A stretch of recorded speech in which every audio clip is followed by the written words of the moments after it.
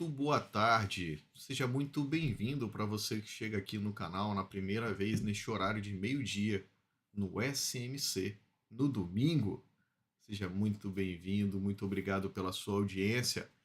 Vem para cá, Rafael, bater um papo sobre Smart Money Concept SMC. Falei certo, Rafael? É isso mesmo, Smart Money Concepts. Tudo bem? Vamos Certo. Você falar podia então da. falar rapidamente aí o que é o SMC e esse programa que vai ser aí todos os domingos. O piloto foi domingo passado, hoje meio-dia, aí liberado os nossos estudos e bate-papo.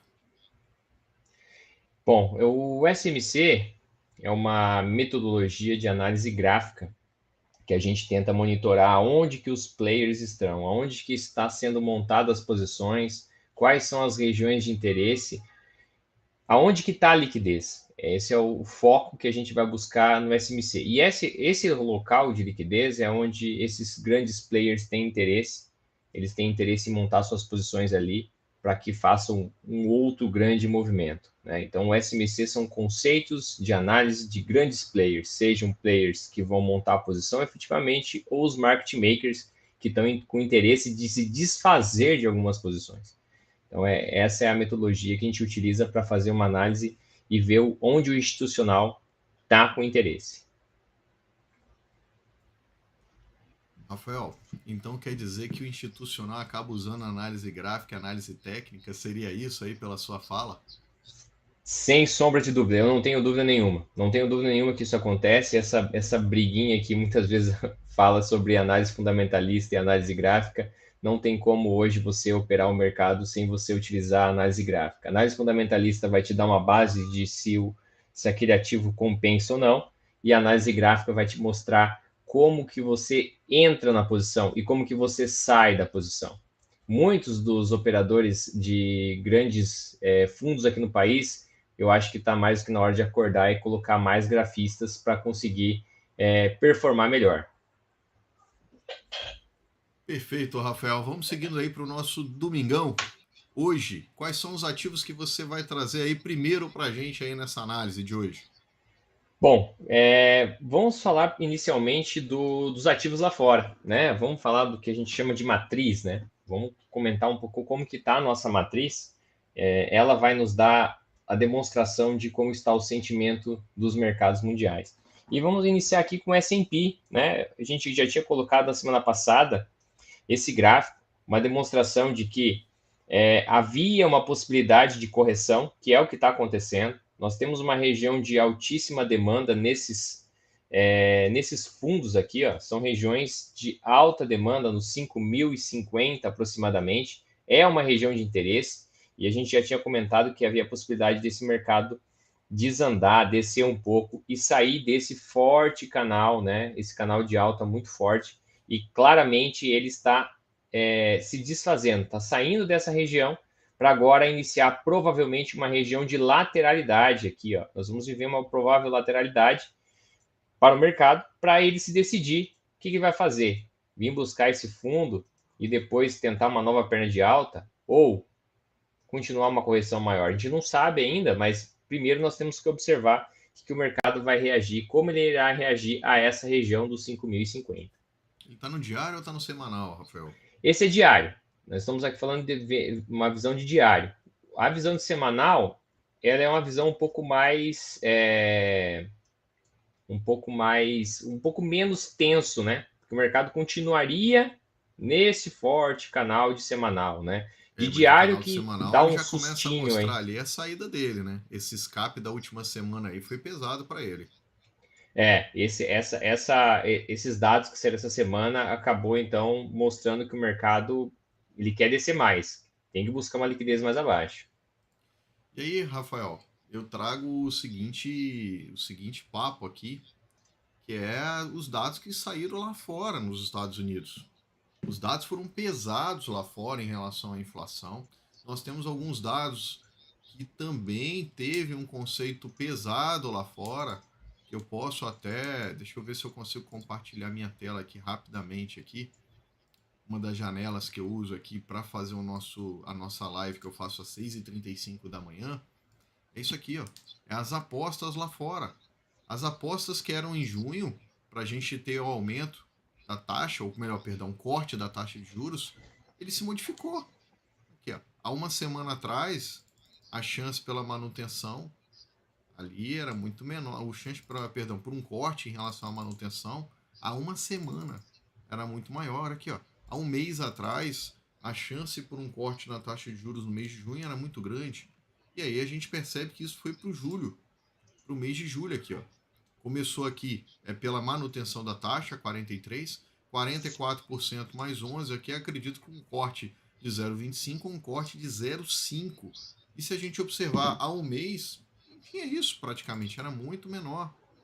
Até porque se acreditava que o corte viria na reunião de junho e não na reunião de julho agora.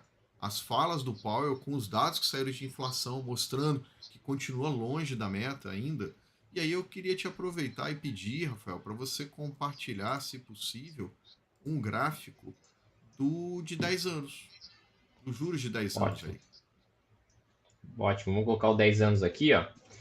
O 10 anos, uma visão bem macro, né? Consegue perceber aqui o quanto que ele está forte pós-pandemia, né? Ó, fevereiro de 2020, onde nós fizemos o fundo, e nós pegamos um forte movimento de alta, só que a gente chegou numa região de grande interesse. Aqui é uma região de muito interesse, de semanal, você observando uma ideia macro.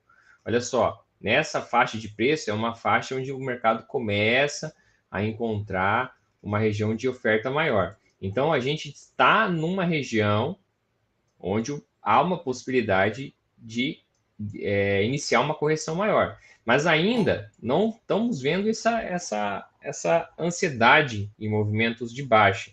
Aqui, do curtíssimo prazo, eu vejo aí no semanal uma semanal mais forte, esse gráfico aqui é semanal, tá? Eu vejo ainda um movimento de alta possível acontecer, buscar essa liquidez. Isso aqui é um gap que nós chamamos no SMC lá no inglês de FVG, que é Fair Value Gap, né? É um gap de valor justo.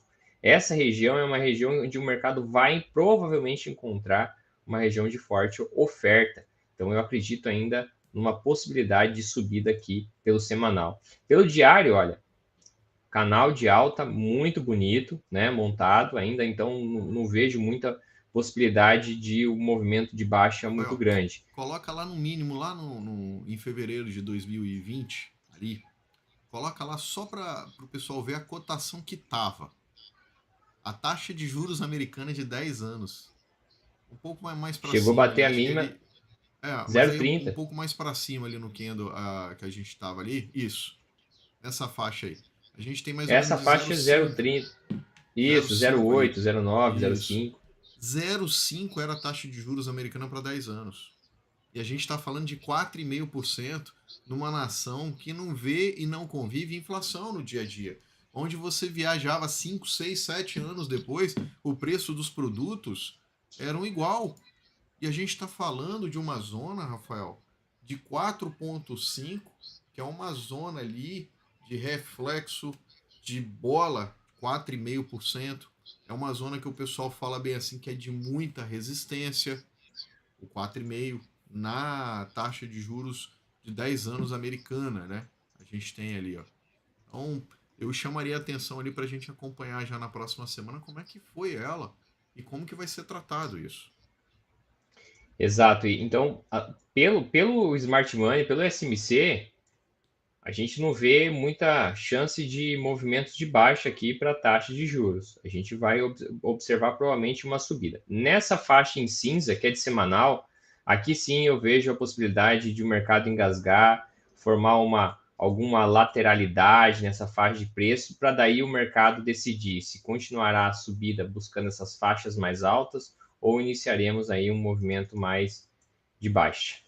De baixa, né? Vamos aguardar. Qual o próximo ativo que você separou para a gente, Rafael?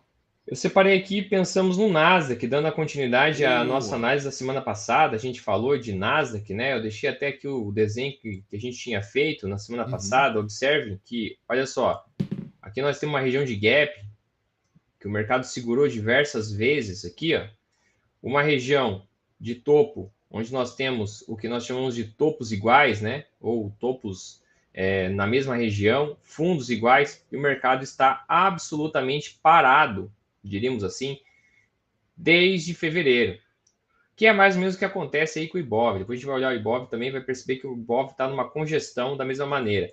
Eu vejo uma possibilidade maior de um mercado fazer algo assim, buscar essa liquidez embaixo, para depois iniciar uma liquidez para cima. Então, o diário, olha só, esses candles que sobe, desce e não vai para lugar nenhum, isso aqui é total indecisão do mercado. E ele, nessas situações, ele deve buscar ou topo ou fundo. Um dos dois ele vai buscar primeiro, né? Claro que como ele está mais perto do fundo, a gente vai acreditar que ele vem aqui abaixo. Mas aqui está numa congestão bem complexa, com Esse bastante liquidez nesse EQHS mercado. e EQLS seria o que de significado no SMC? Esse aqui é o equal high, né? Vem do inglês, eu acabo utilizando expressões parecidas com aquelas, mas são os chamados topos iguais, né? E o equal low, né? São os fundos iguais. O mercado tende a tomar essa liquidez em algum momento. O mercado não gosta muito de qual high, qual low, não. Ele não deixa dando sopa, ele vai buscar. Por isso, há uma possibilidade que eu vejo de o mercado fazer este movimento aqui, ó. Busca embaixo, busca em cima. Ou, claro, sempre tem a possibilidade de ele ir lá em cima primeiro para depois ir para baixo. Tem as duas Rafael, é possibilidades. interessante falar na Nasdaq ali o seguinte: a gente tem uma correlação muito grande com a bolsa de tecnologia com a taxa de juros, né?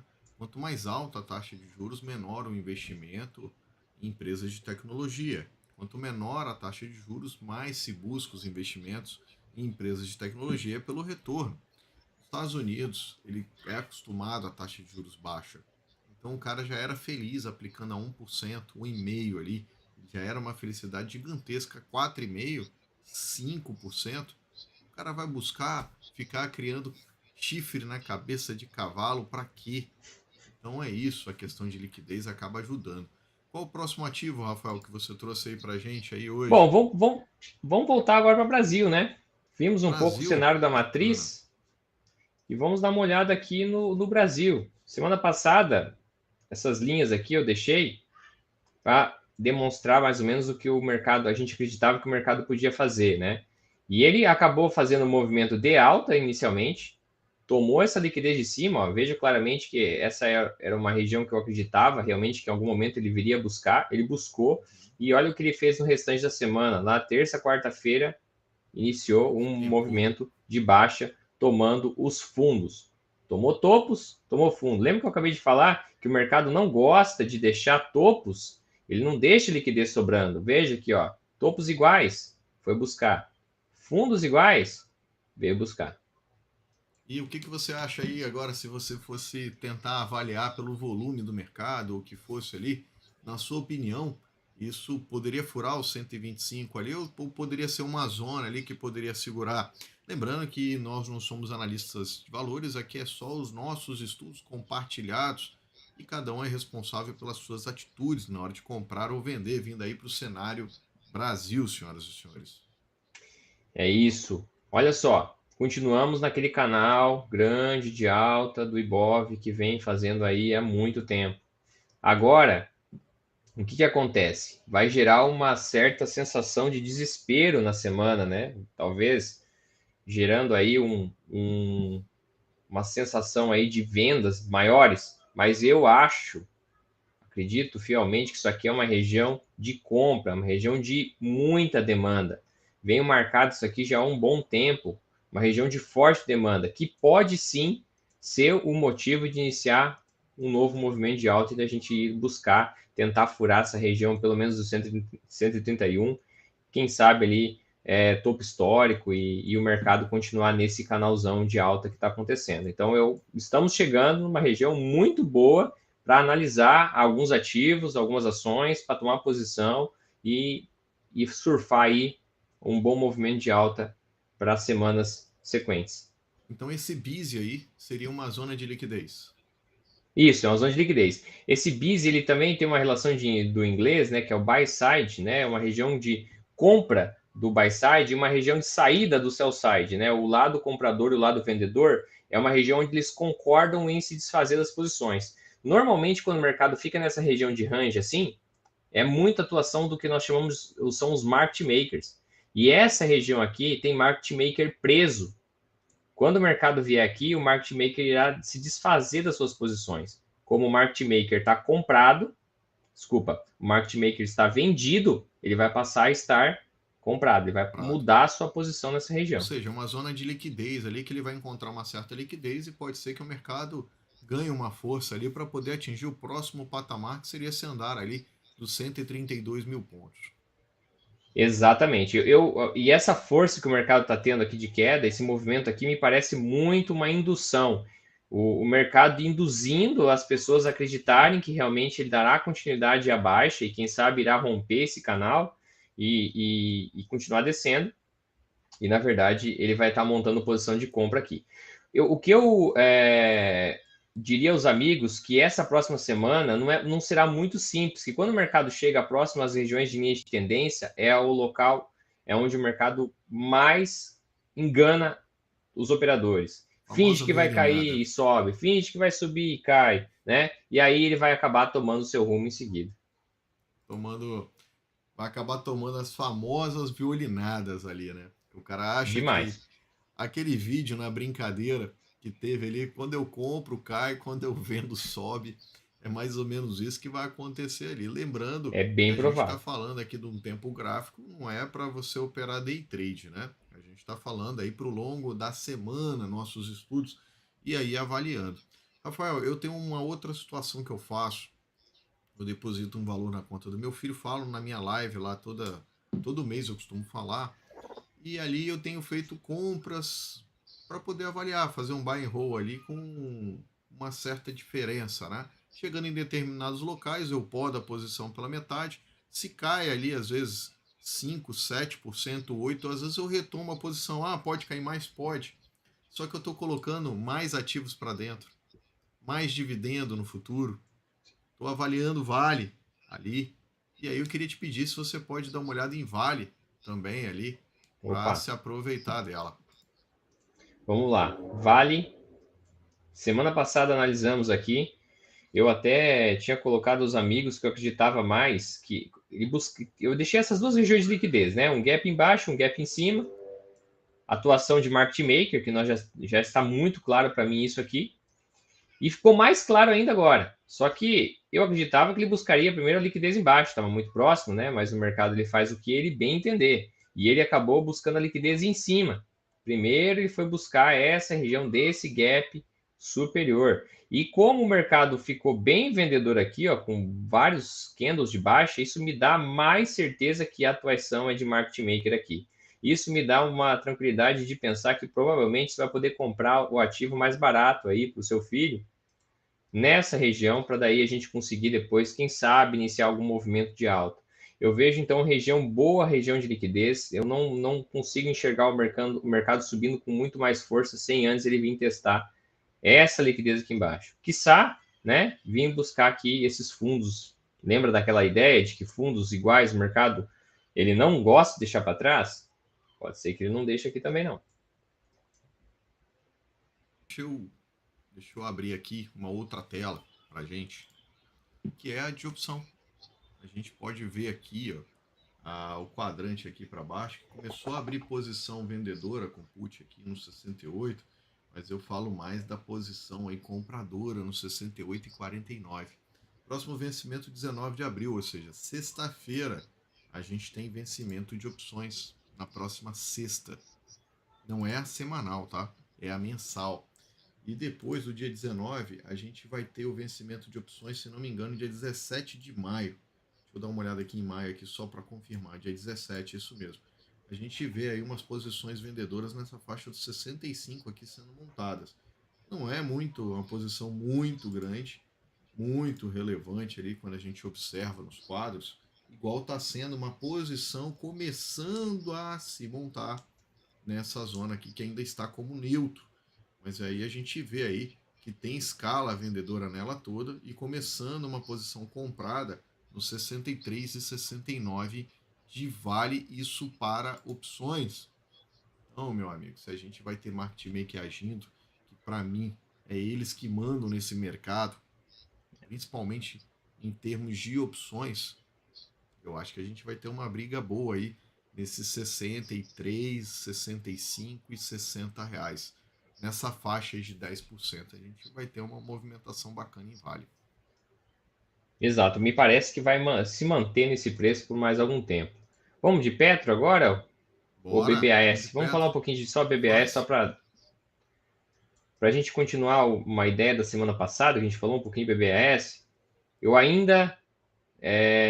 O mercado essa semana subiu, fez um rompimento dessas regiões de topo. Ó, de novo, veja aquela premissa que eu comentei com vocês agora há pouco. Ó. Mercado onde tem muito topo, ele não deixa passar. Olha só o tanto de topo aqui. Ó. Olha o que o mercado foi, buscou. O que vocês estão vendo aqui embaixo? Ó? Fundos. O que o mercado vai fazer? Ele quer vir aqui. E é mais provável que a gente veja algum movimento de baixa aqui em BBAS, né? Apesar de que isso aqui seja uma forte zona de demanda, eu vejo posições boas a serem montadas nessa faixa aqui dos 55. Rafael, olha as opções de BBAS.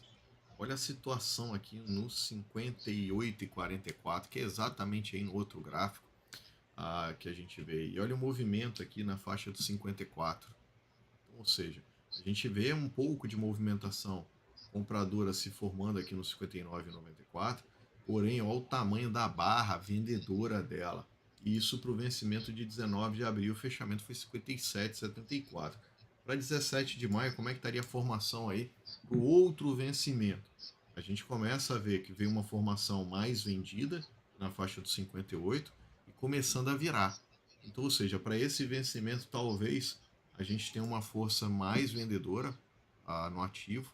E aí, para a semana que vem, para o próximo domingo, a gente vai ter já o próximo vencimento, ou seja, que vai estar um mês praticamente à frente de BBAS, mais ou menos, e a gente começa a ter uma ideia do que vai acontecer pelo quesito de opção. E na segunda-feira, agora não, na outra segunda-feira, a gente vai saber como é que foi a rolagem das opções mensais. Na semanal, Rafael, para esses ativos igual o BBAS e Vale, ainda não está tendo tanta liquidez quanto eu Isso. gostaria de ter. Para fazer esses movimentos semanais seria interessante fazer operação por opção. E assim, então, resumidamente, vejo uma região de forte venda aqui nessa faixa de BBAS. Vamos de Petro? Vamos de perto. Petro não fez muita coisa nessa semana, né? Continua nesse movimento aqui. A gente já pode até estabelecer que isso aqui é um pequeno canalzinho de alta que se estabeleceu aqui na Petro, né? Ele está tentando montar, que basicamente é o quê? É aquilo que nós comentamos semana passada. Olha só, região do gap, ó. O mercado está tentando ficar preso nessa faixa, desde aquele fatídico dia, né? Naquela sexta-feira, né? O mercado deu esse gap e agora ele só está subindo. Clássico movimento de market maker, né? Você subindo para fechar o gap e já começa a aparecer umas regiões vendedoras, alguns bons vendedores aqui. Na Sem última sair dessa quinta, faixa aqui, eu não vejo muito o que fazer em Petro. na última quinta-feira e sexta, Rafael, a gente teve uma diminuição política direta, onde se estabeleceu a possibilidade do pagamento dos dividendos de Petro, dos dividendos extraordinários, que o Haddad queria 100%, e o Prats também queria fazer essa divisão de 100%, o Rui Costa e o Alexandre Silveira não. Para quem não sabe, Haddad é o ministro da Fazenda, Alexandre Silveira é o ministro das Minas e Energias, e o Rui Costa é o chefe da Casa Civil, que não querem distribuir o valor. Silveira e Rui Costa não querem. Haddad convenceu o Lula a distribuir 50%, então Lula vai distribuir, acredito, 50%, e agora começaram uma outra guerra. Não, a gente não quer mais 50%, os Rui Costa e Silveira. Nós queremos dividir só 30%, porque eles querem deixar esse valor em caixa para a empresa fazer investimento. E aí tem uma listinha de 11 itens, é só procurar ali na internet, no Poder 360, tem essa lista muito clara, que rodou os grupos para tentar minar o Prates, porque tem interesse de Gleisi Hoffmann, tem interesse da ministra da Tebet, Simone Tebet, tem interesse de Rui Costa, tem um interesse do próprio Alexandre Silveira de fazer investimento da Petrobras nas suas regiões políticas. Então, Petrobras, infelizmente, além de fazer análise técnica, a gente tem que avaliar também a política, como que vai o andamento. Agora, isso resfriou, Prates ganhou uma sobrevida em Petrobras, a gente tem as questões dos combustíveis, da gasolina que está aí com 18%, de defasagem, do diesel 10%, que a qualquer momento a gente vai ter que ter um reajuste no preço dos combustíveis. Isso deve cair na conta do praxe, talvez rolar a exoneração dele. Enquanto isso, Petrobras assume essa diferença, assume essa bronca para ela, diminuindo aí a lucratividade para os investidores.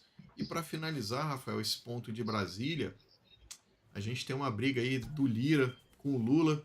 Lira falou muito mal do Alexandre Padilha, que é o chefe, ali o ministro das Relações Institucionais, ou seja, do governo com a Câmara, e o Lira desceu-lhe a marreta nele, e Lula falou que ele fica até o tempo que ele quiser ali, enquanto for possível, mostrando ali uma guerra já entre os dois.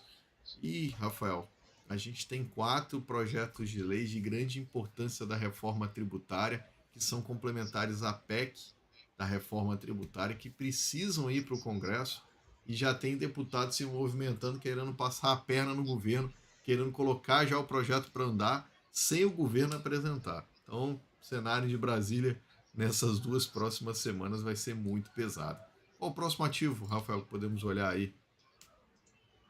Vamos de petróleo. A gente falou da Petro, vamos do Vamos. petróleo, né? O petróleo da semana passada que nós falamos continua naquele forte movimento de alta. Não vejo ainda nada de possibilidade de grandes vendas. Claro que no curto prazo a gente pode ter algum movimento de baixa aqui, não há nenhum problema, né? Nós temos um topo relevante aqui nessa faixa de preço, nós temos liquidez aqui, ó, para depois continuar esse movimento de alta, continuando esse desenho que nós falamos já na semana passada, acreditando ainda que o mercado possa subir, buscando essas regiões de topo, principalmente essa região do topo do 93. Temos um outro topinho Principalmente, relevante.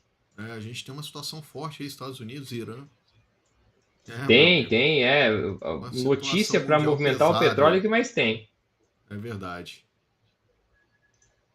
Outra região relevante aqui, 89,50. 89,50 eu vejo que aqui nós vamos ver alguma coisa, alguma função vendedora nessa faixa aqui de preço, mas nesse momento não tenho que pensar outra maneira do que se operar comprado em petróleo, pensando em compra de petróleo, porque a região aqui é um movimento amplo aqui de alta ainda, buscas dessa região de topo. Consolidação, semana passada foi praticamente consolidação. Se você observar aqui, ó, o mercado não saiu do lugar no petróleo, bastante indecisão. Vamos ver se Mas ele um anda ponto para alto, algum né? lado, bem provável. O problema é que quando essa consolidação ela é para cima, com dólar para cima ainda, a gente tem um dólar para cima rompendo ali e rompendo topo em cima de topo nessas últimas semanas, e isso não ajuda a Petrobras. Não ajuda em nada a Petrobras, a verdade é essa. Não ajuda nada. O dólar fechou bem comprador aí semana passada. Quer puxar o dólar aí? Você acha que consegue puxar o dólar? Vamos puxar o dólar, vamos fazer. Dar uma olhadinha em dólar aqui.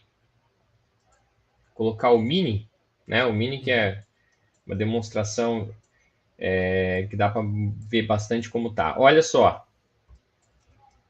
o dólar, ele sai de uma região onde eu coloco aqui, ó, de K-Level. Eu uso eu coloco em algumas regiões que o mercado muda a consolidação, eu gosto de observar que são as regiões-chave. E essas regiões-chave, que eu descrevendo aqui como K-Level, são regiões onde o mercado tende a fazer o quê? Ou ele continua o movimento de baixa, como ele vem aqui, ó, ou ele rompe e muda sua característica de vendedora para compradora. E é o que ele fazia. Ele estava em região em movimento de baixa, apesar dessa consolidação gigantesca. Isso aqui é diário, pessoal. Olha só que terrível isso aqui. Quem operou day trade em dólar deve ter sofrido muito nessas últimas semanas. E agora ele está tentando romper essa consolidação. Por isso esses movimentos fortes que estão acontecendo aqui. É rompimento de consolidação.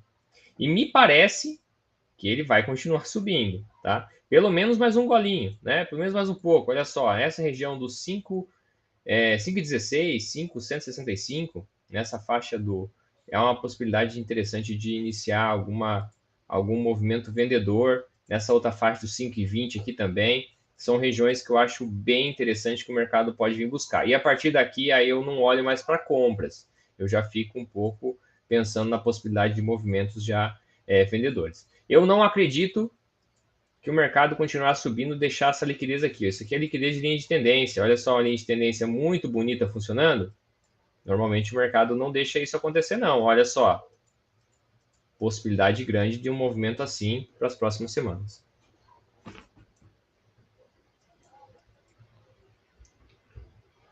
Vamos fechar. Acho que eu não tá voltando o seu retorno. Vê se agora voltou. Aí, foi. Aí. Agora foi. A gente teve alguns dados pesados em dólar em fevereiro, mostrando que poderia ter uma mudança de tendência do dólar, mostrando alguns dados. E aí a gente teve ali um Banco Central entrando para fornecer liquidez em dólar, por causa de uma NTN específica que era em dólar.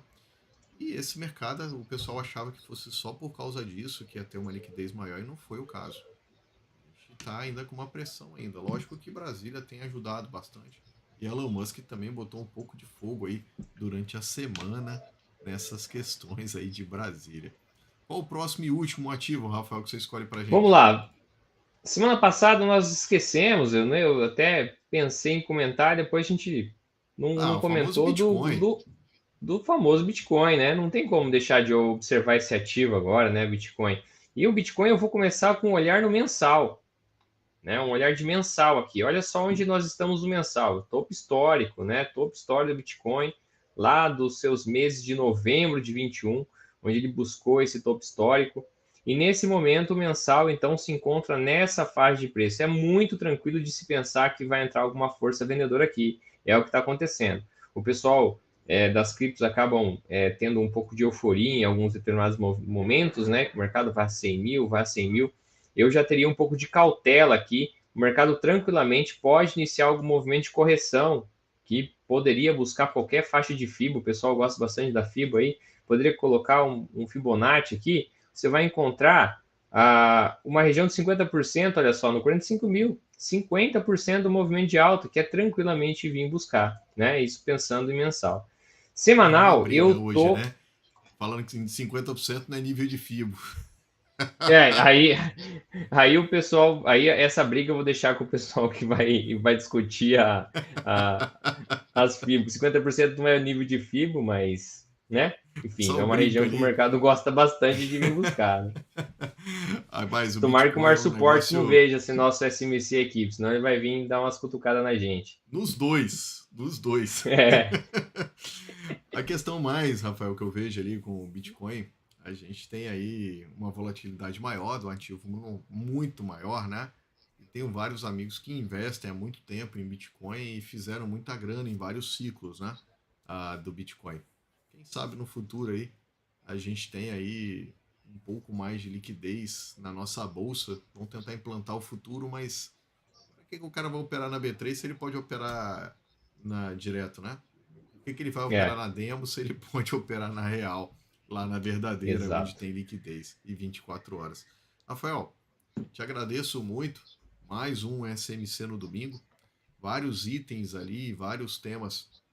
Devagar a gente vai introduzindo a nomenclatura, o jeito, vai adaptando esses programas pilotos da semana passada, essa semana e até no próximo domingo. E aí eu deixo para suas palavras finais, Rafael. Bom, agradecer aí a parceria que a gente está montando, né?